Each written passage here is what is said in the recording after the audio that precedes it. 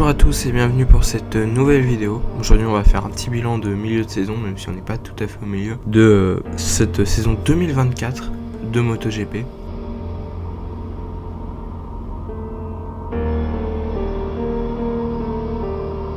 Et donc tout d'abord on va parler de la lutte pour le titre qui est fait actuellement rage entre Francesco Bagnaia et Jorge Martin. Alors on a eu un Martin qui a été premier une bonne partie de la saison grâce à plusieurs contre-performances de Bagnaia en tout début, mais là Bagnaia a enchaîné de nombreuses victoires malgré que Martin ait de très bons résultats en qualification avec de nombreuses poles et en course sprint où il en gagne quand même une bonne partie et fait de très bons résultats. Même si donc Bagnaia a par exemple dominé en Italie et aux Pays-Bas et pris 4 victoires d'affilée sur les dernières courses. Martin aurait certainement dû gagner en Allemagne, mais a chuté à l'avant-dernier tour et aurait certainement encore mené le championnat si ce n'était pas le cas. Donc aujourd'hui les deux hommes sont séparés par 10 points en faveur de Bagnaia, 222 à 212.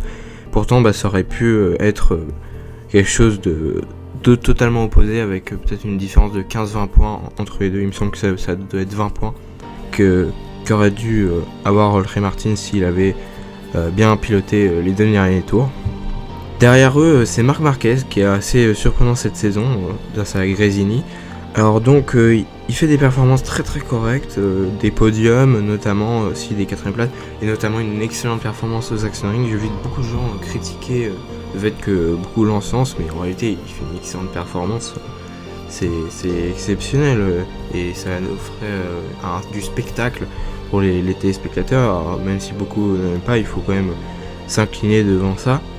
Il a 50 points de retard sur Martin et Bagnaia. C'est pas encore fini, mais il semblerait que ça soit pas cette saison qui puisse vraiment jouer le titre, bien qu'on a vu par le passé, notamment en 2022, un gros comeback de Bagnaia en fin de saison, mais bon, là il n'est pas dans le Ducati officiel, donc ça peut être un peu compliqué. Malgré tout, il a montré d'excellentes performances.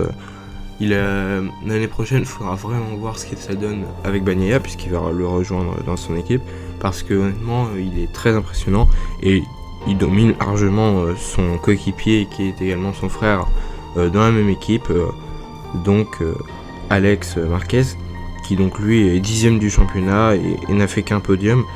Ce podium, malgré tout, il est assez sympa puisque c'est avec son frère en Allemagne.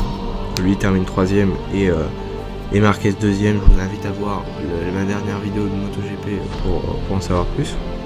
Derrière, on a un Bastianini qui semble un peu mieux que la saison dernière. Il est donc 4e en ce moment, 155 points, donc quand même assez loin de Bagnaia, mais ça reste convenable au vu de ce que peut donner la machine, sachant qu'il est 4e. S'il peut arriver à la 3e place, je pense que ça satisfera Ducati, bien qu'il sache très bien qu'il ne sera plus dans leur équipe à la fin de l'année. Il est suivi de manière assez éloignée par Maverick Viñales et plus loin encore par Pedro Acosta, les deux Espagnols qui donc prennent la 5e et la 6e place avec quelques performances, notamment Viñales qui a fait un excellent week-end au circuit des Amériques. Derrière, Pedro Acosta a commencé une saison sur les chapeaux de roue avec beaucoup de points, mais là ça semble un peu plus compliqué ces dernières courses. On attend de voir s'il peut revenir en force, mais si c'est le cas, il pourrait être très certainement jouer des places dans des écuries plus performantes.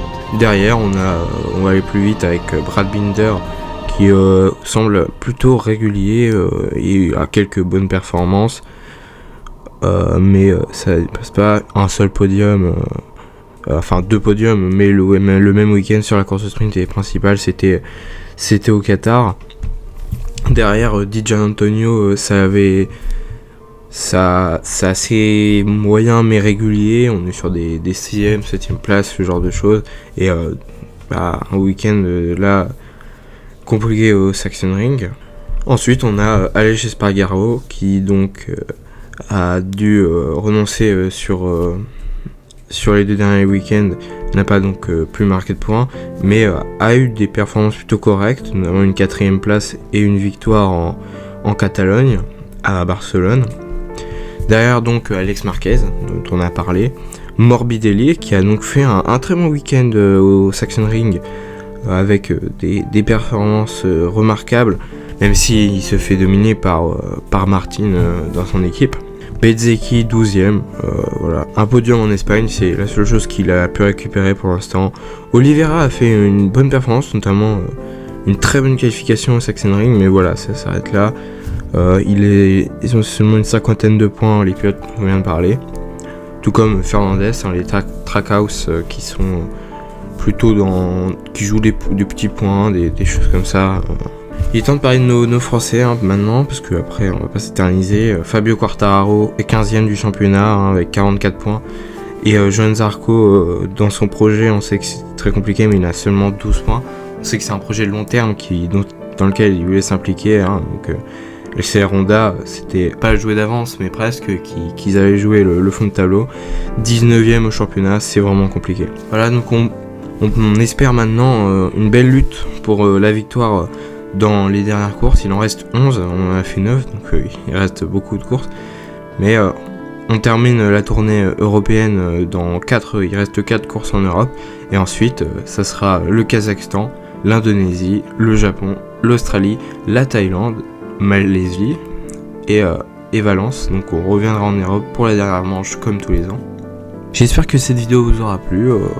C'était mon petit avis sur la MotoGP. Je suis pas expert, donc j'ai sans doute répété beaucoup de choses que les gens disent habituellement, mais j'essaye d'en apprendre plus sur ce sport qui honnêtement est très intéressant. Allez, ciao.